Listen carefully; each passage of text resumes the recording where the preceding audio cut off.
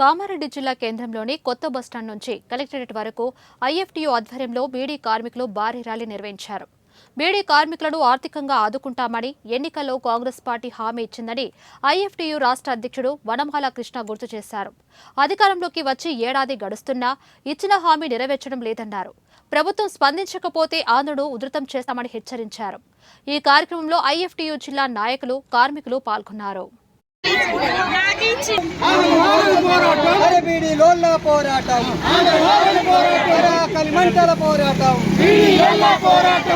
ఎన్నికల్లో కాంగ్రెస్ పార్టీ ఇచ్చిన హామీ ప్రకారం కార్మికులందరికీ జీవన వృత్తి పెన్షన్ 4,000 రూపాయల జీవన వృత్తి పెన్షన్. కాంగ్రెస్ పార్టీ ఎన్నికల్లో ఇచ్చిన హామీ ప్రకారం బీడీ కార్మికులందరికీ జీవన వృత్తి పెన్షన్ 4,000 రూపాయలు.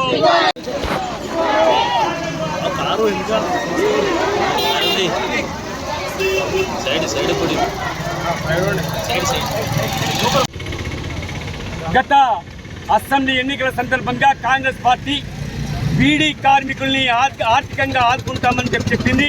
బీడీ కార్మికులకు ఏదైతే జీవన వృత్తి పెన్షన్ వస్తుందో 2016 దానిని 4,000 రూపాయలుగా పెంచిస్తామని, కొత్తగా దరఖాస్తు చేసుకున్నటువంటి ప్రతి బీడీ కార్మికురాలకు 4,000 రూపాయల జీవన వృత్తి ఇచ్చి ఆదుకుంటామని చెప్పింది. అధికారంలోకి వచ్చి సంవత్సరం దాటినా ఇప్పటి వరకు అతిగతి లేకుండా, అమలు చేయకుండా నిమ్మకు నీరెత్తినట్టుగా రేవంత్ రెడ్డి సర్కారు వ్యవహరిస్తుంది. కనుక అనేక సార్లు విజ్ఞప్తి చేసిన అనంతరం అనివార్యంగా ఈ ఆందోళన చేయక తప్పనటువంటి స్థితి వచ్చింది.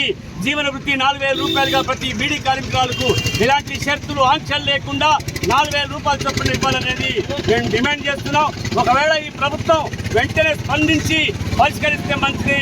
రాబోయే రోజుల్లో మరింత పెద్ద ఎత్తున ఇండస్ట్రీని, అట్లాగే రాష్ట్రాన్ని జిల్లాల్లో స్తంభింపజేసేటటువంటి కార్యక్రమాన్ని తీసుకునేటటువంటి పరిస్థితి వస్తుంది. కనుక ఈ సందర్భంగా ప్రభుత్వాన్ని ఒకటే, ఇచ్చిన హామీని నిలబెట్టుకోండి. మీరు అబద్ధాలు ఆడతారా, ఇచ్చినటువంటి హామీని అమలు చేస్తారా తేల్చుకోవాల్సినటువంటి అవసరం ఉంది. మీరు కార్మికుల దిక్క, శ్రమపడి కష్టపడి చేసేటటువంటి కార్మికుల వైపా, పెట్టుబడిదారుల వైపా, లేదా కేవలం బూటకపు వాగ్దానాలు మాత్రమే చేస్తారా తేల్చుకొని ఏ విషయం వెంటనే స్పందించి ప్రకటించాలని చెప్పి రాష్ట్ర ప్రభుత్వాన్ని తెలంగాణ ప్రగతిశీల బీడీ వర్కర్స్ యూనియన్ రాష్ట్ర కమిటీగా, రాష్ట్ర అధ్యక్షునిగా నేను వనమాల కృష్ణ, రాష్ట్ర అధ్యక్షునిగా ఈ విషయాన్ని తెలియజేస్తున్నాను.